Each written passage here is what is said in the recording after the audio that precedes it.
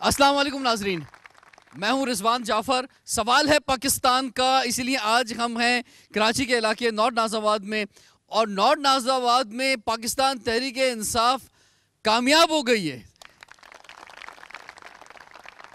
ना सिर्फ national assembly के लिए बल्कि प्रोविंशियल असम्बली के लिए भी कामयाबी मिली है। और ना सिर्फ नॉर्थ नाज़ाबाद से, डिस्ट्रिक्ट सेंट्रल में हम देखें तो अजीज़ाबाद से कामयाबी हुई है।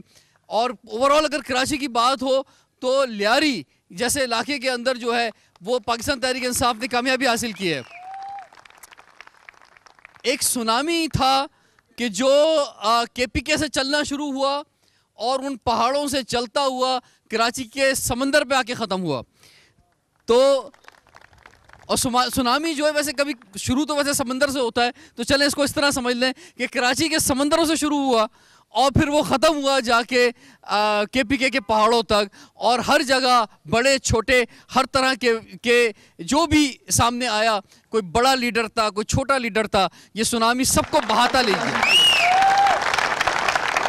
तो इस इलाके में, कराची के इलाके नॉर्थ नाज़ाबाद में, हम इलेक्शन से पहले भी आए थे और इस हलके में हमने पहले भी प्रोग्राम किया था और आपसे वादा किया था जब आप हारेंगे या जीतेंगे दोनों सूरतों में आपके पास दोबारा आएंगे और आपके ख्यालात जानेंगे। यही सोचकर हम दोबारा आ गए हैं आपके पास अब, और आपके जज्बात जानने के लिए आए हैं कि आखिर क्या वजह है कि पूरे पाकिस्तान में PTI को इतनी ज़बरदस्त कामयाबी मिली है। क्या वजह है कि इस वक्त जो कि हम कराची में मौजूद हैं तो यहाँ की बात ज़रूर करेंगे अपने प्रोग्राम में कि कराची में एक बिल्कुल अलग रिजल्ट आया और यहाँ पे इतनी बड़ी कामयाबी मिली है। हमारे साथ इस एरिया से NA 256 से विनिंग कैंडिडेट जो है नजीब हारून साहब मौजूद हैं, वेलकम कहते हैं। और आपके साथ तशरीफ रखते हैं PS 130 से मोहम्मद रियाज हैदर, कामयाब हुए हैं, वो भी यहाँ पर मौजूद हैं। और PS 129 से कामयाबी मिली डॉक्टर इमरान अली शाह साहब को, हमारे साथ मौजूद हैं। डॉक्टर साहब बहुत बहुत आपको मुबारक हो। आपके पेशेंट्स जो हैं वो भी ऑपरेशन थिएटर में आपके सामने लेटे हुए होंगे और लेटे लेटे भी आपको मुबारकबाद दे रहे होंगे। बिल्कुल, मेरे पास आज बहुत से ऐसे मरीज आए जिनके प्लास्टर्स लगे हुए थे, उन्होंने पूरे अपने प्लास्टर को रंगा हुआ था PTI के फ्लैग से। अच्छा। तो हाँ, और पहले से लिखा था victory will be yours on election day, तो बहुत अच्छा लगा मुझे आज। ठीक है। और ख़वातीन का रोल बड़ा इंपॉर्टेंट होता है और इस दफ़ा ख़वातीन ने लंबी लंबी लाइनों में लगकर जो है वोट कास्ट किया और उसमें ख़वातीन वर्कर्स जो होती हैं उनका बड़ा इंपॉर्टेंट रोल होता है। हमारे साथ मौजूद हैं मोहतरमा शाहीन शेख साहिबा जो कि सीनियर वाइस प्रेसिडेंट है ख़वातीन विंग की सूबा सिंध की, आपको वेलकम कहते हैं। और ये जो हमारे साथ NA से और PS से जो तीन कामयाब उम्मीदवार यहाँ पर मौजूद हैं, इनकी असल ताकत जो है वो आप लोग हैं। आप लोग जो है कामयाब कराते हैं, जो वर्कर्स होते हैं, जो चाहने वाले होते हैं, और ख़ास तौर पे जो कैंप्स में बैठते हैं, जो पोलिंग एजेंट्स होते हैं। और नजीब हारून साहब के चीफ पोलिंग एजेंट हमारे साथ मौजूद है मोहम्मद आजम खान साहब। तो सबसे पहले तो ये बताएं भाई, आपको क्या यकीन था कि इतनी बड़ी कामयाबी मिलेगी बल्ले को? नजीब हारून साहब, कुछ ज़्यादा बड़ी कामयाबी नहीं मिल गई है? 22 साल की मेहनत और 22 साल इमरान खान साहब लोगों को ये बावर कराते रहे कि ये मुल्क के अंदर चोरी हो रही है, करप्शन के ज़रिए इसके असासे लूट रहे हैं और मुल्क का ग्राफ नीचे जाता रहा। जितने इंडिकेटर्स हैं, चाहे वो सेहत का हो, तालीम का हो, एक्सपोर्ट्स का हो, नीचे। आखिरकार लोगों ने ये रियलाइज़ किया अल्लाह की मेहरबानी से कि ये आदमी सच कह रहा है। और वो जो जिन्होंने लूटा उन्होंने भी इकरार गुनाह किया। वो जो 25-25 साल उन महलों में उन असासों को बरतते रहे, रहते रहे और बोलते रहे कि हमारा तो कोई ताल्लुक नहीं है। लेकिन ये अल्लाह ने एक तरह से रहम खाया पाकिस्तानी लोगों के ऊपर और ख़ास तौर से कराची के लोगों के ऊपर, जो कि कराची के जो लोग थे वो तो मैसूर थे, वो तो यानी सोच भी नहीं सकते थे, बल्कि कुर्बानी की खाल भी अपनी मर्जी से नहीं दे सकते थे। तो जब लोगों को एक आज़ादी का सांस मिला और उनका खौफ की जंजीर टूटी। नहीं, कामयाबी मिली सर, बिल्कुल मिली, लेकिन इतनी ज्यादा कामयाबी कराची के अंदर जहां पे आपके पास एक सीट थी, आपके पास जो है वो आधे से ज्यादा सीट आज कराची में आपके पास मौजूद है। यही हाल पूरे पाकिस्तान के अंदर है। जब अल्लाह की मेहरबानी से हवाएं चलती हैं और बादलों को लेके आती हैं और फिर जब रिमझिम बारिश होती है तो ये बिल्कुल ऐसा है कि कराची शहर, सर ये हवा चल रही थी या हवा कोई चला रहा था, मसनूई हवा चला रहा था? ये हमारा एक खौफ हमेशा रहता है, क्योंकि तारीख में हम उस तरीके से गुजरते हैं। लेकिन हमको ये समझना है कि पाकिस्तान अब उस शिकंजे से निकल रहा है। हमें ये समझना है कि अब पाकिस्तान एक न्यूक्लियर ताकत है।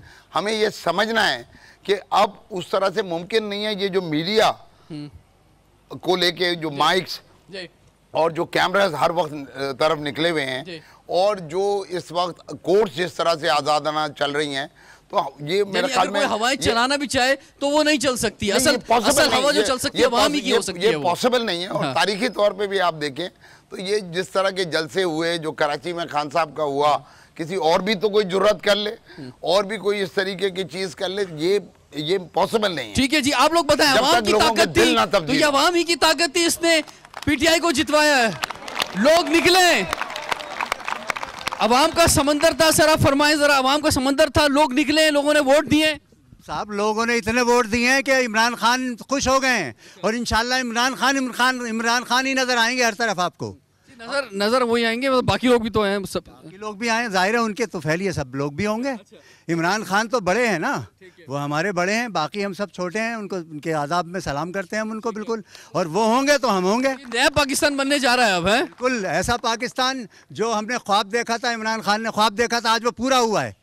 अल्लाह ताला कामयाबी दी है उसने, और इंशाल्लाह आइंदा भी वो कामयाबी हमें देगा। डॉक्टर इमरान शाह साहब, एक आप ऐसे इलाके से इलेक्शन आपने कॉन्टेस्ट किया कि जहां पर मसद कहते हैं कि परिंदा पर नहीं मार सकता। एमक्यूएम ने हमेशा कामयाबी ली जनाब, नॉर्थ नाज़ाबाद से अजीज़ाबाद जैसे इलाके में जो है वो पीटीआई जीती है।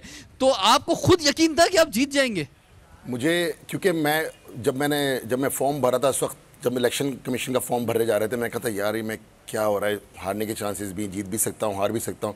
मगर जब कैंपेन शुरू हुई थी नजीब हारून के साथ, मैं कहता हूँ कि मैं तकरीबन कोई 2,500-3,000 घरों पे जाके दस्तखत खुद किए हाथ से। एक घर ऐसा नहीं था जो मुझसे बोलता कि डॉक्टर साहब क्या कह रहे हैं आप, हम इसको वोट देंगे उसको।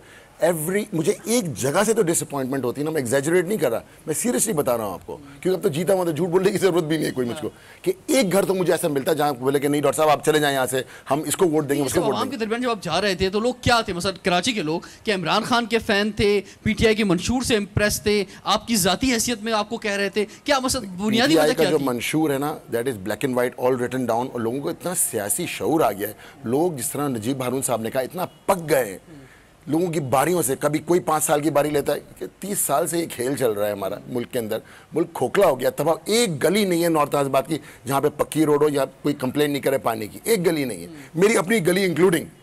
तो people are actually fed up with the old system, they want a revolution, they want a नया पाकिस्तान, जो इमरान खान साहब ने डिलीवर किया। ठीक है रियाज साहब आप बताएं, जो ये कैंपेनिंग थी, क्या ये कैंपेनिंग है या मीडिया है या खाली एक अकेला वाहिद इमरान खान की पर्सनैलिटी है? क्या वजह है, क्या समझते हैं लोगों ने क्यों वोट दिया पीटीआई को? लोगों ने वोट जो दिया खान साहब को, वो खान साहब की जो 22 साल की जिद्दोजहद है उसको देखते हुए, गुज़िश्ता 5 साल में केपीके की परफॉर्मेंस है उसको देखते हुए, खान साहब की जो दयानतदारी है उसको देखते हुए, और खान साहब की जो कंसंट्रेशन होती है उसको देखते हुए। उसकी वजह ये है कि खान साहब ने एक नारा, खान साहब आज से 22-23 साल पहले नारा लेके आए थे कि करप्शन फ्री पाकिस्तान, उसका केपीके में इम्प्लीमेंटेशन शुरू किया, इदारे से ही किए।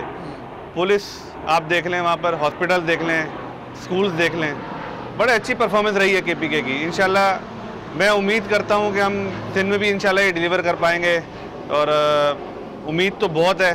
जो आपका सवाल था, ये खान साहब को देखते हुए जो लोगों ने वोट कास्ट किए हैं, उसके पीछे 22 साल की जिद्दोजहद, और जो खान साहब ने मंशूर दिया, अगर आप उसको देखें तो उसमें मेरे ख्याल कोई भी सेक्टर ऐसा नहीं है कि जिसको खान साहब ने छोड़ा, हर सेक्टर में काम करेंगे। आपको यकीन था कि आप जीत जाएंगे? मुझे तो 2013 डिस्ट्रिक्ट सेंट्रल के अगर हर विनर के पास मैं जाऊं पीटीआई के, तो मेरे ख्याल से ये सवाल जो है बनता है उनसे। बिल्कुल आपका बनता है। 2013 में मैं पहले यहाँ से इलेक्शन लड़ चुका हूँ, तो मुझे तो 2013 में यकीन नहीं था, मगर ये जो इलेक्शन इस दफ़ा 2018 का हुआ है, मैं जो है वो प्री इलेक्शन मैं जो है वो अपनी जीत तस्वुर कर रहा था। अच्छा जी हाँ जी। आजम साहब लोग निकले या कोई आप चीफ पोलिंग एजेंट थे, कोई धांधली की है आपने, ज़बरदस्ती जो है कोई ठप्पे शप्पे लगाए हैं, क्या हुआ है? बाद में आरोज से मिल गए हैं, रिजल्ट देर से आया है, मतलब कि बताएं। ऐसा कुछ भी नहीं था। आप अगर आपने विजिट किया हो, क्यू लगी हुई थी ख़वातीन की, मर्दों की, और सबसे ज़्यादा प्रॉब्लम आ रहा था कि उस वक्त 5:30 बज रहे थे, तो कि भाई अंदर इनको कैसे करें। हम उनसे यही रिक्वेस्ट कर रहे थे कि भाई चूँकि अंदर कंपाउंड में चले जाएं ताकि ये वोट सारे कॉस्ट हो जाएं। और धांधली का तो इस वक्त जिस तरह से आर्मी अंदर डिप्लॉय थी, सवाल ही पैदा नहीं होता किसी किस्म की कोई धांधली हो जाती वहाँ पे कोई किसी। अच्छा बस एक बात पीटीआई के बारे में कही जाती है, पीटीआई जब जीतती है तो धांधली नहीं होती, पीटीआई जब हारती है तो धांधली होती है। नहीं, पीटीआई ने अगर 4 सीटों के लिए सिर्फ कहा था, इमरान खान साहब ने क्या कहा है, वो तो कह रहे हैं आप नाम बताइए, मैं सारे हल्के खोलने को तैयार हूँ, करें ये बताएं। जी बिल्कुल। और ये जो ओपनिंग स्पीच थी जिसके बारे में कहा जा रहा है कि इमरान खान साहब ने जो स्पीच दी बड़ी नेचुरल स्पीच थी, और अपनी इस नई आगाज़ होने वाली इनिंग का फर्स्ट ओवर जो है बहुत ज़बरदस्त करवाया। तो आप क्या समझते, कैसी तकरीर लगी आपको इमरान खान साहब की? और न सिर्फ पाकिस्तान में बल्कि पूरी दुनिया के अंदर जो है उस तकरीर को सराहा गया, और हमारा जो दूसरी ज़बानों का मीडिया है, ख़ासतौर पर इंग्लिश मीडिया, उसमें भी इमरान खान की साहब की उर्दू में तकरीर जो है नशर हुई। तो आप लोग जो हैं वो समझते हैं कि ज़बरदस्त तकरीर रही है इमरान खान साहब की, तो आपके क्या जज्बात हैं और आप क्या समझते हैं? यहाँ जो लोग एक बड़ी तादाद में हमारे साथ मौजूद हैं कि जो दावे किए गए हैं, 100 डेज़ का जो प्रोग्राम दिया गया है, जो कुछ कहा जा रहा है पीटीआई की जानिब से, इमरान खान साहब की जानिब से, क्या उस पर अमल करने में ये पार्टी कामयाब रहेगी? क्या ये इसका खाली ये बातें नहीं होंगी बल्कि प्रैक्टिकल तौर पर भी नजर आएगा? ब्रेक के बाद कंटिन्यू करते हैं सवाल है पाकिस्तान का। और यहां से कामयाबी मिली है पाकिस्तान तहरीक इंसाफ को, तो इसीलिए पीटीआई के वर्कर सपोर्टर्स के साथ हैं, बहुत जबरदस्त जोश और जज्बा है। भाई आप लोगों ने जश्न जबरदस्त अंदाज में मनाया या नहीं मनाया, बताएं मुझे जरा। बहुत ज़बरदस्त जश्न जो है होता रहा है यहाँ पर। और हमारे साथ नजीब हारून साहब मौजूद हैं जिन्होंने एनए की सीट पे कामयाबी हासिल की, हमारे साथ डॉक्टर इमरान शाह मौजूद हैं और रियाज हैदर मौजूद हैं जो पीएस की सीट पे कामयाब हुए। तो इनके सामने बहुत सारे चैलेंजेस हैं, पूरी पीटीआई के सामने बेनता चैलेंजेस हैं। लेकिन जहाँ तक सूबे सिंध की बात है, यहाँ पर अगर पीटीआई अपोजिशन में जा रही है तो और चैलेंजेस बढ़ जाएंगे। लेकिन वापस हम बढ़ते हैं 25 जुलाई की तरफ कि क्या कुछ होता रहा। हमारे साथ मौजूद हैं शाहीन शेख साहिबा। आप ये फरमाएँ कि ख़वातीन बड़ी तादाद में निकली और मौसम भी अच्छा था, कराची में तो चलें इतनी धूप नहीं थी, तो इतना ज़रूरत नहीं पड़ी होगी कुछ शेड्स वगैरह लेने की। ख़वातीन को अपने हुस्न का भी ख्याल होता है कि ज़्यादा धूप में ना निकलें, लेकिन यह है कि बेनतहा रश देखने में आया। क्या वजह थी, आप लोग ख़वातीन को निकालने में कैसे कामयाब हुए? जब मुझे NA 256 की जिम्मेदारी दी गई तो पहले मैंने ये सोचा कि मेरे लिए ये इलाका तो बिल्कुल न्यू है, मैं इस इलाके से नावाकिफ़ थी। लेकिन जब मैंने यहाँ कदम रखा, डोर टू डोर कैंपेन की, तो मुझे इतना प्यार, इतनी मोहब्बत, इतनी अपनायत इस इलाके से मिली जो मैं बयान नहीं कर सकती। लेडीज़ घरों से निकल के फ्लैटों पर झंडे दिखा रहे थे कि प्लीज़ हमें आपका इंतज़ार था, आप लोग बहुत देर से आए। मुझे बहुत खुशी हुई, मुझे ज़रा हिम्मत हुई। फिर मेरी लेडीज़, मेरे ख़वातीन मेरे साथ थे, उन्होंने, मैंने कहा बस फैल जाओ, हमें अभी इशारा मिल गया है, अब इन लोगों को हमारी ज़रूरत है। हमें किसी चीज़ का खौफ नहीं रहा, ना हमारे हाथ में डंडे थे, हाँ हमारे हाथ में बल्ले ज़रूर थे। चलें, तो बल्ले भी खैर बड़े काम के होते हैं। और सबसे ज़्यादा ऐसा महसूस होता है कभी कभी कि इमरान खान साहब की तकारीर, उनकी सोच, उनके विजन, उनके जज्बात, उनके ख़यालात से सबसे ज़्यादा जो है वो ख़वातीन मुतासिर होती हैं। ऐसा है या नहीं, आप फरमाएं? है, बिल्कुल है, क्योंकि आप लोग मेरे ख्याल से यकीन कर लेती हैं कि जो कह रहे हैं सच कह रहे हैं, बाकी शायद मर्द हज़रात कुछ शक में पड़े रहते हैं। नहीं, इमरान खान साहब वाकई ईमानदार इंसान हैं, और जिस तरीके से वो क्रिकेट खेलते थे हम देखते आ रहे हैं बचपन से, और उसी तरीके से ईमानदारी से 22 साल से वो काम कर रहे हैं, और मैं समझती हूँ इंशाअल्लाह ताला हमेशा वो ऐसे ही काम करेंगे। अच्छा, जैसे क्रिकेट खेलते थे अब वैसे ही हुकूमत में पाकिस्तान को आगे बढ़ाने के लिए खेलेंगे, और पाकिस्तान को जो नया पाकिस्तान का ख्वाब आप लोगों को दिखाया है, आप लोग यकीन करती हैं कि उस पर वो अमल कर सकेंगे? बिल्कुल, हम इस बात पर यकीन भी करते हैं और हम पूरी उम्मीद भी हैं उनके लिए बहुत ज़्यादा, और दुआ भी करते हैं कि ये इतना सबसे बढ़ के जो उन्होंने शऊर बेदार किया है आवाम के अंदर, और ख़ास तौर पे जिस तरह से वो ख़वातीन से मुखातिब होते हैं, ये चीज़ मेरे ख्याल में ख़वातीन को बहुत उनकी तरफ अट्रैक्ट करती है, लुभाती है, और हमें एक नया इंथुजियाज़म हमारे अंदर आता है। नहीं, मुझे थोड़ा फरमाएं कि मैं ख़वातीन से जब मिलता हूँ मुख्तलिफ मौक़ों पर, तो अगर उनके हस्बैंड भी जो हैं वो किसी दूसरी पार्टी को सपोर्ट कर रहे होते हैं तो खातून जो होती हैं वो कहती है, मुझे लग रहा है आपके हस्बैंड भी किसी और पार्टी को सपोर्ट करते हैं, तो वो ख़वातीन जो है वो कह रही होती है नहीं हम बल्ले को वोट देंगे, हालांकि मियाँ साहब समझा रहे होते नहीं बल्ले को नहीं देना फला को देना है। तो ये क्या वजह क्या है? नहीं ऐसी कोई बात नहीं है, लेकिन हमारे तो पूरे ख़वातीन के साथ साथ मर्द हजरात ने भी हमारा पूरा साथ दिया है, और ऐसी कोई बात नहीं। और इमरान खान का जहाँ तक ताल्लुक़ है, तो आप देखें कि इंटरनेशनल मीडिया पे क्या आ रहा था कि सब लोग उनकी ऑनेस्टी को, उनके हर चीज़ को सब लोग खुद, मतलब वहाँ के बाहर के ममालिक के लोग जो हैं वो इतना अप्रिशिएट करते हैं, तो हम क्यों नहीं करें? जी आप बताएं, आपके हस्बैंड ने आपको मना किया नहीं किया? मेरे हस्बैंड ने मुझे अप्रिशिएट किया, यहाँ तक मैं आई हूँ, मैंने वर्क किया है आपा के साथ मिलके। खुद भी बल्ले के सपोर्टर है या नहीं है? फुल सपोर्टर है। अब हो गए होंगे, आपने बहुत मोटिवेट किया होगा ऐसा लग रहा है। नहीं, वो देख के इंस्पायर हुए खान साहब की, उनके मंशूर, उनकी बातें, और जो उन्होंने कहा वो हमेशा करके दिखाया।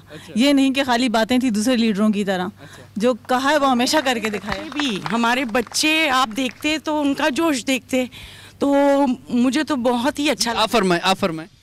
मैं आपके उस सवाल का जवाब देना चाहती हूँ कि तब्दीली आएगी या नहीं, और जो वादे किए गए हैं, खान साहब ने अपनी पहली स्पीच में ही साबित कर दिया कि उन्होंने सबसे पहले ये वादा किया कि सादगी अपनाइए, और प्राइम मिनिस्टर हाउस में वो नहीं रहेंगे। और नजीब भाई ने सबसे पहले ये ऐलान किया था जीतने से भी पहले कि मैं सैलरी नहीं लूँगा, और ये इब्तदा उस तब्दीली की जिसका हमने वादा किया। मैं 13 साल से वर्किंग कर रही हूँ। और औरतों के बारे में आपने जो कहा, तो औरत सबसे पहले एक माँ होती है, और बच्चा बोलना नहीं जानता, उसको पता होता है कि इसको प्यास लगी है, तो वो जानती है कि खान सच बोल रहा है। ये हिस्स औरतों में ज़्यादा होती है। आप क्या मुतालबा करना चाहेंगे कि कप्तान की जो 11 रुकनी टीम है जो वो बनाएंगे, उसमें नजीब हारून जैसे इंजीनियर भी होना चाहिए उस 11 रुकनी टीम में?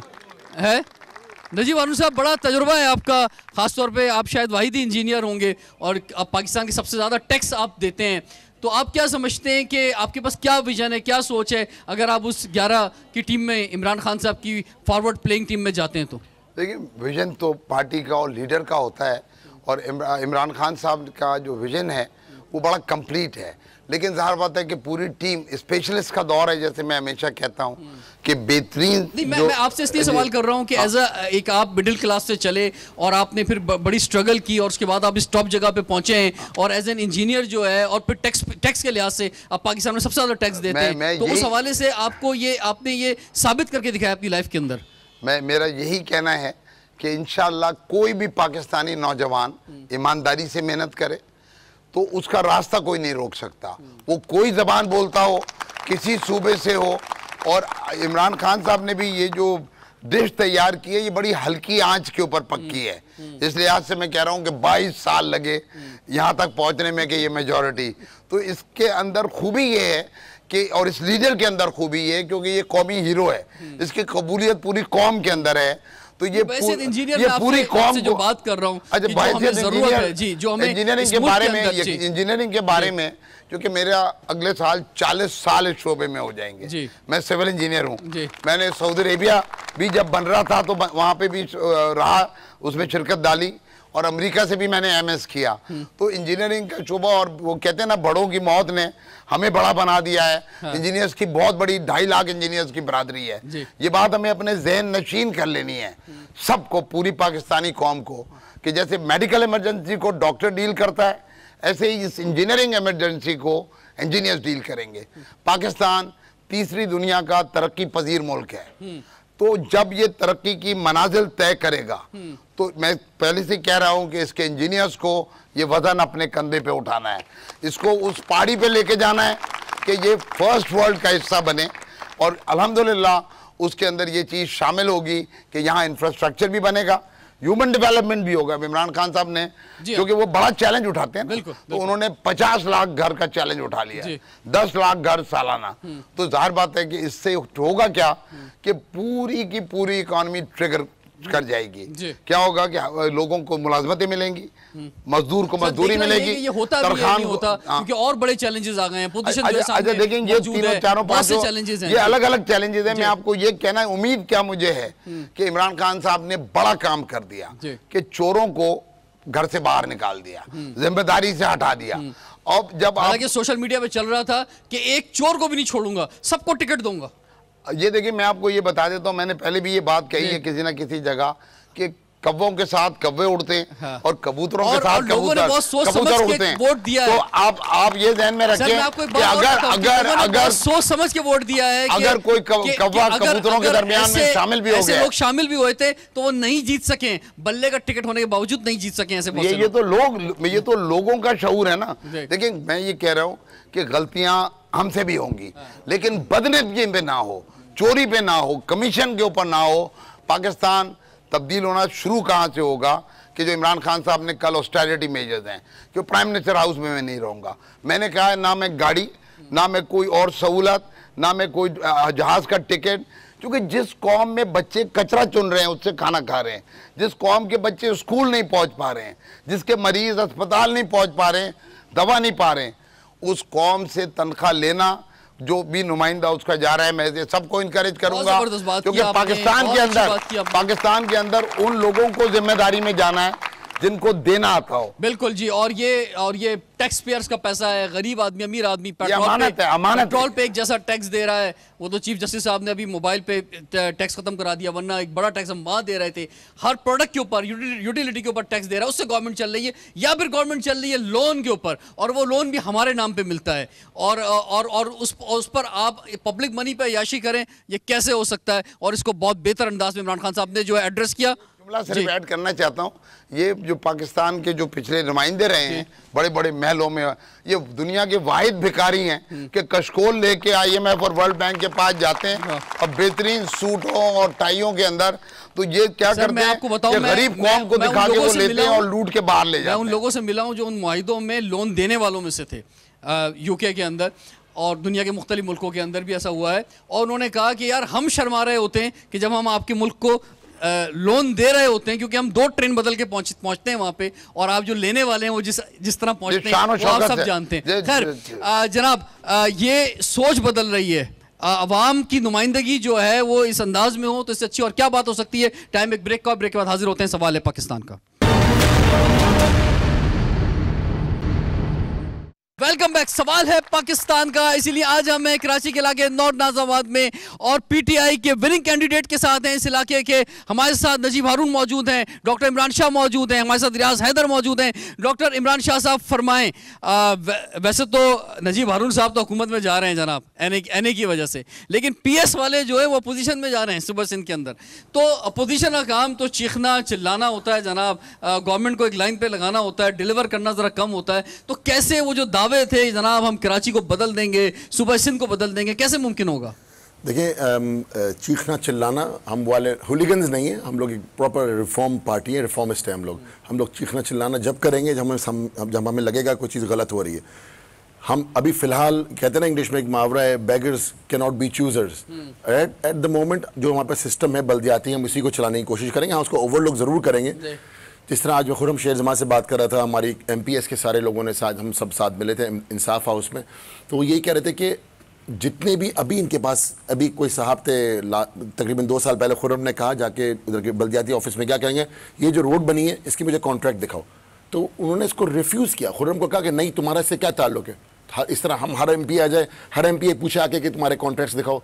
तो खुर्रम ने फिर उसके ऊपर मतलब एक्शन लिया और फिर उन्होंने जाके अपोलोजाइज़ किया जो भी बल्दियात में बैठा था। ये हम इतने ईजी राइड नहीं देंगे जस्ट बिकॉज सिंध में गवर्नमेंट नहीं बन रही। इसका ये मतलब नहीं हम लोग टेबल बजाते रहेंगे पीछे बैठ के। हम लोग प्रैक्टिकली उतरेंगे, हम लोग जाके अकाउंटेबिलिटी देखेंगे, हम लोग हिसाब मांगेंगे, हम लोग पूछेंगे भाई, हम अगर लोग ये समझते हैं बैठे हुए अभी हुक्मरान सिंध में ये समझते हैं चलो शुक्र जान तो छुट्टी से, ये तो और मुसीबत हो गई क्योंकि हमारे पास, हम तो और फ्री हैं एक तरीके से। हम लोग every single candidate of Pakistan Tehreek Insaf is an ambassador for Pakistan Tehreek Insaf.